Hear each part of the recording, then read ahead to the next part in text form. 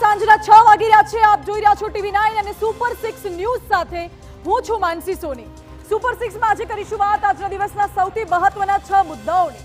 જાણીશું કે online game રમવાનો ક્રેઝ ધરાવનારાઓએ શા માટે ચેતવું છે ખૂબ જરૂરી।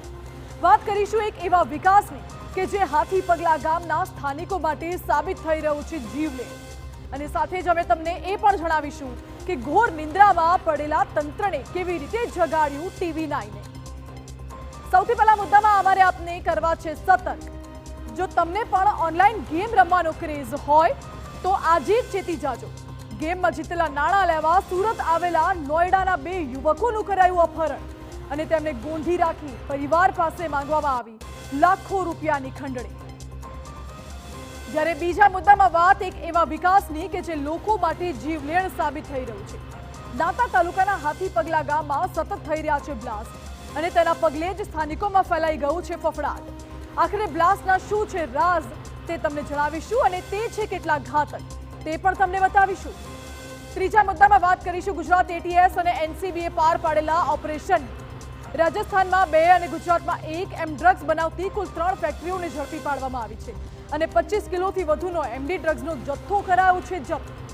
તો ચોથા મુદ્દામાં વાત એક પોઝિટિવ ન્યૂઝની। અમદાવાદની એક ખારી નદી કે જે સ્થાનિકો માટે સમસ્યાનું સૌથી મોટું કેન્દ્ર બની હતી, પરંતુ ટીવી 9 સ્થાનિકો માટે અવાજ ઉઠાવ્યો, જેના પગલે તંત્ર દોડતું થયું અને આજે ખારીની બદલાઈ ચૂકી છે તસવીર। આ બદલાયેલી તસવીર પણ અમે આપને બતાવીશું। પાંચમા મુદ્દામાં અમે આપને બતાવીશું એ સિનિયર સિટીઝનોનો મિજાજ કે જે હાલ ઘરે બેઠા કરી રહ્યા છે મતદાન। શરીર સાથ નથી આપી રહ્યું, પણ આ મતદારોનો જુસ્સો જોઈને તમે પણ રહી જશો દંગ। અને અંતમાં વાત રીલ્સની ઘેલછામાં ભાન ભૂલી રહેલા યુવાનો। દિલ્હીના રસ્તાઓ પર સ્પાઈડરમેન અને સ્પાઈડર વુમેનના કોસ્ચ્યુમમાં સજ્જ થઈને સ્ટન્ટ કરવાનું યુવક યુવતીને પડ્યું છે ખૂબ ભારે।